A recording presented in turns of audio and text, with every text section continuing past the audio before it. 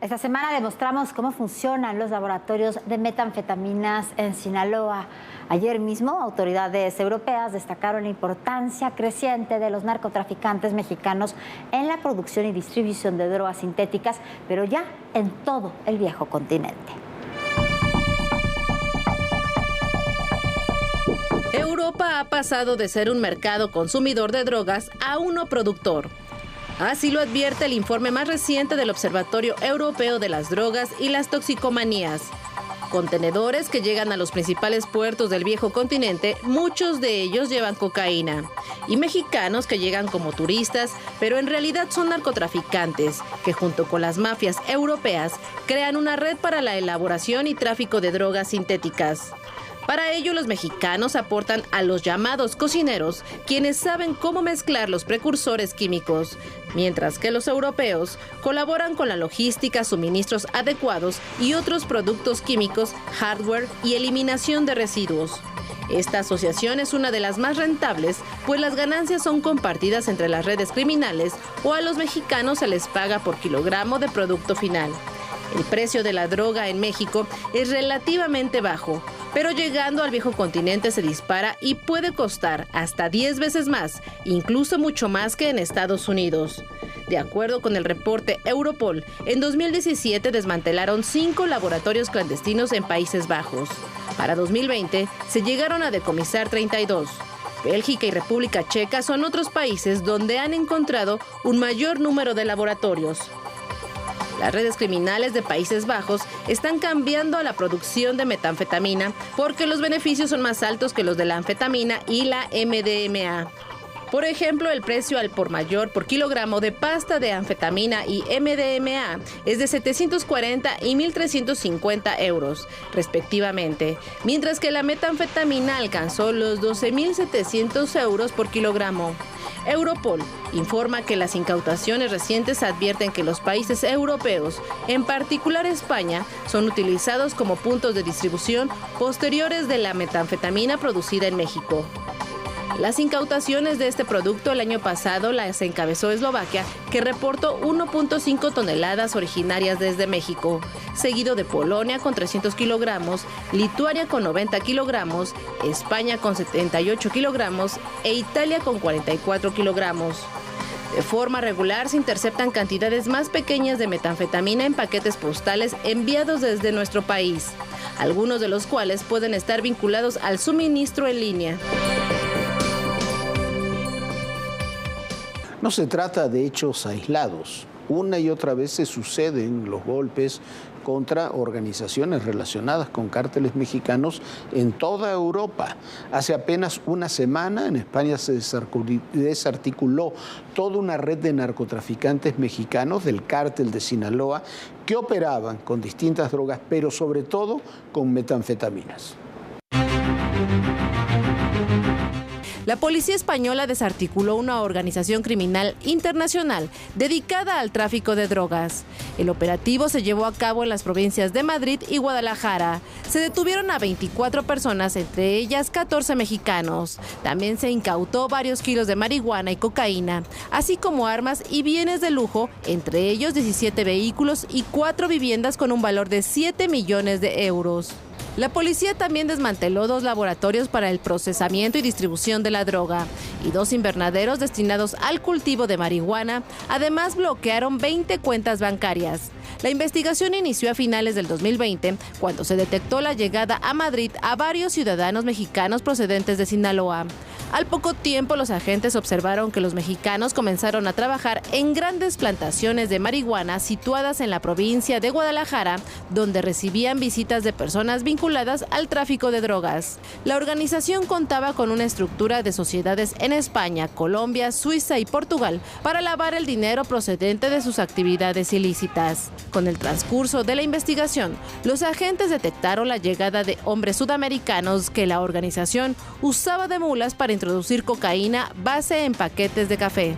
La droga era procesada y envasada en 2 laboratorios para venderla a narcotraficantes de Croacia y Holanda. El grupo también contaba con otras redes de distribución a través de ciudadanos chinos ubicados en diferentes localidades de Madrid. Con este caso suman 2 procesos contra operadores del cártel de Sinaloa identificados con operaciones del narcotráfico en el último año. Bueno, ¿cómo operan estas redes? Mire, para esto es muy importante entenderlo, vamos a platicar muy rápidamente. Colombia, Venezuela, México. También me llegan drogas de Argentina y de Brasil, pero vamos a ver este tránsito que es el que a nosotros nos interesan. Las drogas llegan, por supuesto, en forma directa a Europa en muchas ocasiones, pero cada vez se utilizan más las vías por África, por las islas de Cabo Verde, por Liberia, por Costa de Marfil, y de ahí se trasladan al continente europeo. La mayoría, por supuesto, de estos traslados son todos por aire. ¿Quiénes son los cárteles que operan ahí? Por supuesto que los cárteles colombianos. El cártel de los Soles, que según Estados Unidos está integrado por fuerzas de seguridad, militares y de gobierno del propio Venezuela, apoyados en organizaciones como el ELN y los disidentes de la FARC. El cártel Jalisco y el cártel de Sinaloa tienen relaciones en todos estos lugares para poder operar. En el caso de los cárteles mexicanos, en España están cada día más presentes, pero no solamente en España, están en los Países Bajos, están en Italia, donde han desarrollado distintas redes asociadas con cárteles locales. Esta red todavía no es hegemónica. Buena parte de las drogas llegan de Afganistán, de Medio Oriente, llegan a los países europeos. En los Países Bajos hay muchos laboratorios de metanfetaminas. También los estamos comenzando a ver en España.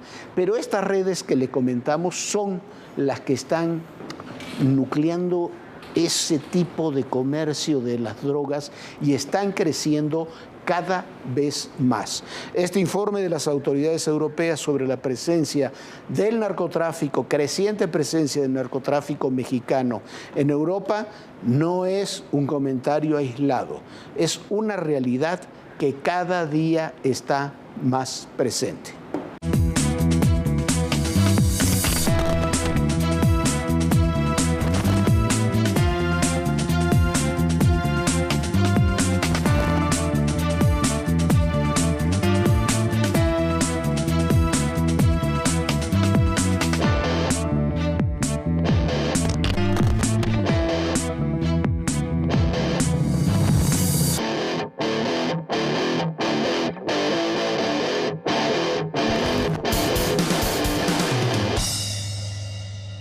Este domingo será la segunda vuelta electoral en Colombia. Se enfrentan 2 candidatos populistas de diferente signo. Si el izquierdista Gustavo Petro gana las elecciones presidenciales de este domingo, conducirá a un cambio drástico en la política económica.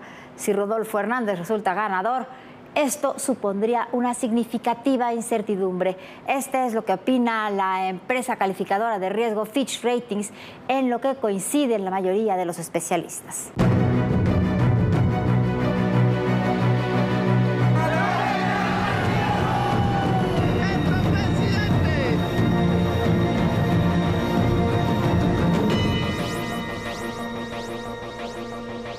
Nuestra oferta es no robar, no mentir, no traicionar y ser impunidad.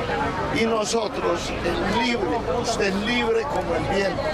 Ya, digamos, en mediano plazo, pues lo que nos proponemos es soberanía alimentaria, soberanía energética sobre la base de energías limpias. Un proceso que nos desconecte de la economía que yo llamo fósil, carbón y petróleo. Este domingo 19 de junio, los colombianos deciden el futuro político del país.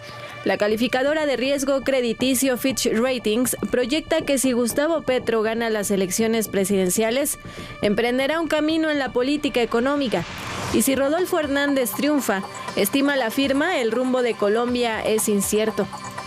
La calificadora considera que las propuestas económicas de los candidatos definirán el futuro del sector de hidrocarburos, el cual aporta poco más del 3% del Producto Interno Bruto. Petro, candidato de izquierda y que en la primera vuelta electoral obtuvo el 40% de los votos, se comprometió a poner fin a la dependencia del petróleo. Propone detener la exploración para centrarse en las energías renovables. Hernández obtuvo poco más del 28% de las preferencias en la primera vuelta, pero una gran campaña en redes sociales cerró la brecha hasta un virtual empate técnico. Su bandera es la anticorrupción. Lo cierto es que cualquiera de ellos llegará al poder con poco apoyo del Congreso, lo que puede complicar que se materialicen sus propuestas de campaña.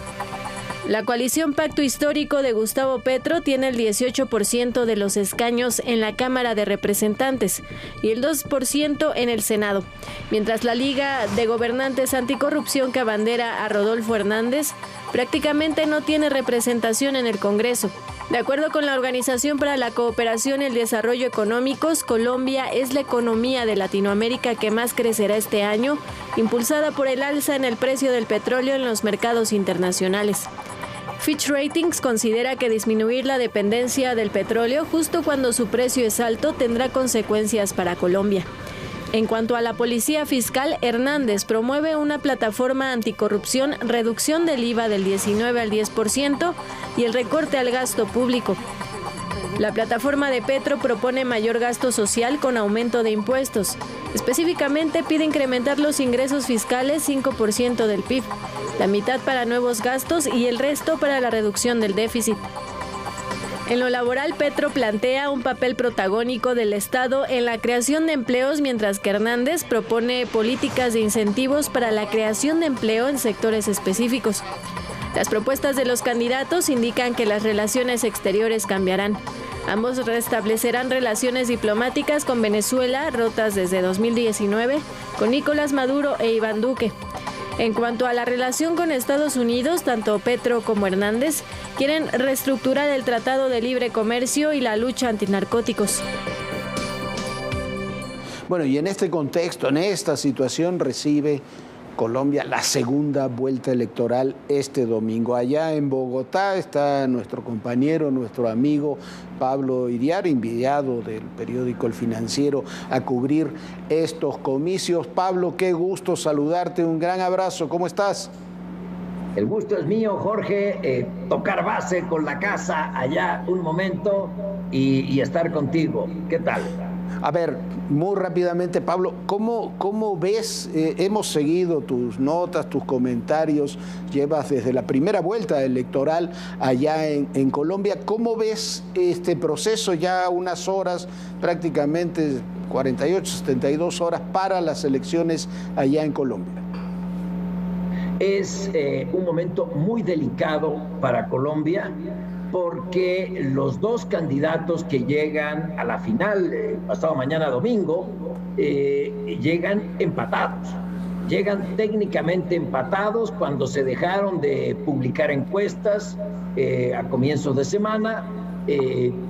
Lo que era una holgada ventaja para el candidato populista, exalcalde de Bucaramanga, Rodolfo González, tenía una amplia ventaja de 4 o 5 puntos, se redujo, y Gustavo Petro, el exalcalde de Bogotá, el candidato de la izquierda, parecía estar un poco arriba. Están empatados y son dos fuerzas antagónicas. Más bien dicho, el país está dividido entre petristas y antipetristas, una polarización política que permeó a lo social. No se sabe qué va a pasar el domingo, ni en lo electoral, ni en la repercusión social. Pablo, se siente un ambiente muy polarizado. Tú que estás recorriendo las calles de Colombia, ¿qué se vive? ¿Qué se siente? Sí, Viviana, en efecto, la polarización natural y hasta sana de confrontar ideas, etcétera, pero también hay una fractura social donde no se acepta la legitimidad del otro. Quien es partidario o quien va a votar en esta ocasión, aunque no sea partidario, por Rodolfo Hernández, no le da derecho a existir legítimamente a la opción Petro. Y quienes están con Petro, en su gran mayoría, no le dan legitimidad a quienes no están con ellos, es decir, son, para decirlo en lenguaje muy conocido, son antipatriotas. Es decir, cuando se llega a esos puntos de negar la legitimidad del adversario, el país está en problemas y la fractura social se percibe honda, profunda, sobre todo con la desaparición del centro político en la primera vuelta. Los barrieron y quedaron dos opciones extremas, por así decirlo. Pero dos opciones extremas y las dos que generan mucha incertidumbre.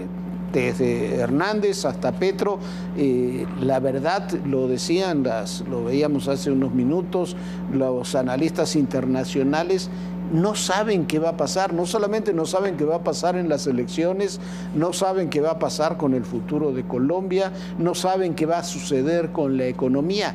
Eso es quizás lo más grave, porque ni siquiera hay esa certidumbre de qué políticas realmente aplicarán cualquiera de los dos candidatos. Es correcto, estoy de acuerdo con lo que señalas, porque la incertidumbre es la que campea en este país. Uno de los escenarios más delicados, si pierde Petro, que sería por un escaso margen, va a aceptar el resultado de la elección cuando se han filtrado videos que no dicen absolutamente nada, pero se han manejado como una gran revelación de la perversidad del petrismo por parte de la mayoría de los medios. ¿Va a aceptar Petro la derrota? Si no la acepta, este país puede entrar en una grave crisis. A ver, ahora, Petro, ¿qué pasa si Petro lleva ya varias, esta es su tercera elección, ha hecho ya 2 campañas anteriores y ahora va por la tercera elección?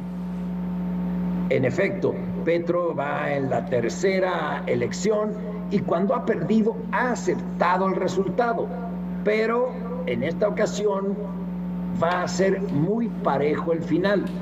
Ahora bien, si gana Petro, que también sería por no una distancia muy holgada, de acuerdo con las tendencias, ¿qué va a suceder con los mercados? Aquí hay mucho temor a una aventura socialista, no porque lo hayan leído o alguien les haya infundido miedo, que también los hay, ni porque Petro sea un Maduro. O sea, no, Petro es una persona educada, letrada, por supuesto que es mesiánico y populista, pero no es un Maduro.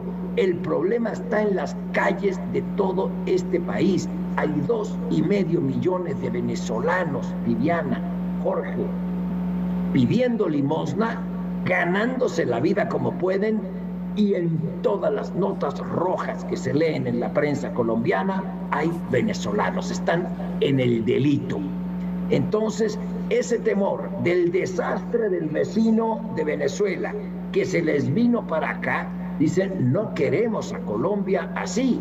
Aquí hay 2,5 millones de venezolanos pidiendo, muchos de ellos, limosna o delinquiendo, y te aseguro que en las plazas de Venezuela no hay un solo colombiano. Entonces, ese es el temor, ese es el susto que hay a Petro, y por el equipo que le rodea, que por supuesto que hay muchos canallas y sinvergüenzas. Oye, pero también en el equipo de Rodolfo Hernández es un equipo muy pobre. Su campaña también no mostró demasiadas cartas, una enorme cantidad de contradicciones. Quizás la única diferencia, ahí sí muy significativa, es la que tú señalas. El temor a que se convierta Colombia en una réplica de Venezuela, sumado a los factores que tú decías, el factor del narcotráfico y del apoyo de Venezuela a los grupos de guerrilla del ELN y los disidentes de la FARC. Así es, exactamente, y agregaría algo más.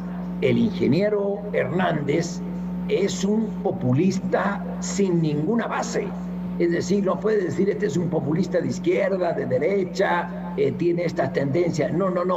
Es una bala perdida. Y si a juzgar por sus respuestas en las entrevistas, por su forma de hacer campaña y por su forma de pensar que lo que es el gobierno, me recuerda mucho, y aquí también les recuerda a las personas que conocen el entorno regional, a Abdalá Bucaram.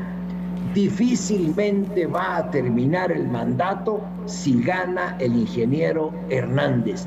No se puede gobernar a mentadas de madre, sin ideas y sin propuestas ni proyectos más que copiarle a Andrés Manuel López Obrador eso de no ocupar la casa presidencial, tener el lema no robar, no mentir y no traicionar, quitarle los coches a los funcionarios, vender embajadas, pero no hay ninguna idea debajo de eso. Bueno, Abdalá Bucaram por lo menos bailaba y cantaba, ¿eh? Bueno, el señor, el viejito, que es un tipo, algunos lo consideran simpático, bueno, algo tendrá,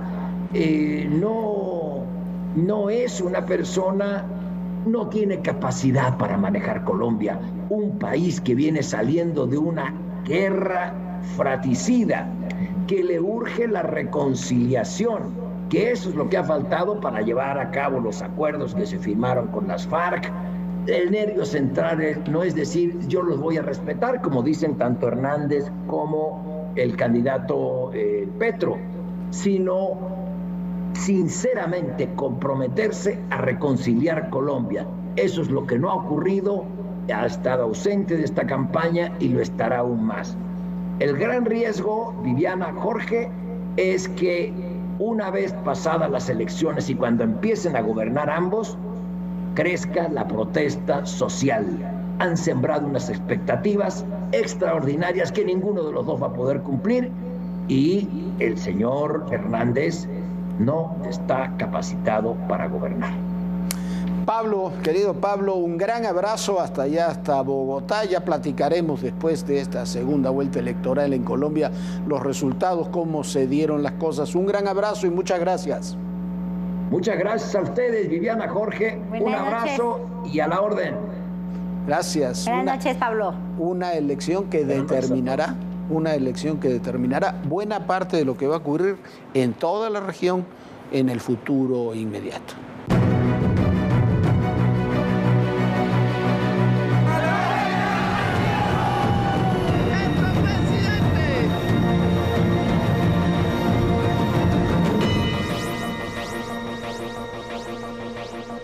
Y como siempre, qué ver, qué oír y qué leer este fin de semana. Qué ver la nueva temporada, la tercera temporada de For All Mankind, para toda la humanidad, una historia distópica de la humanidad después de que Rusia hubiera llegado antes que Estados Unidos a la Luna. No hubiera caído el muro de Berlín, no hubiera caído la Unión Soviética ni el campo socialista, al contrario, hubiera crecido.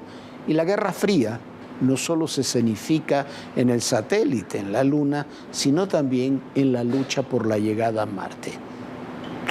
No está jalado de los pelos, es una historia interesantísima en términos políticos, en teoría de los escenarios y en la exhibición de futuras transformaciones tecnológicas. Además, es prácticamente un thriller, una película de suspenso, vale mucho la pena.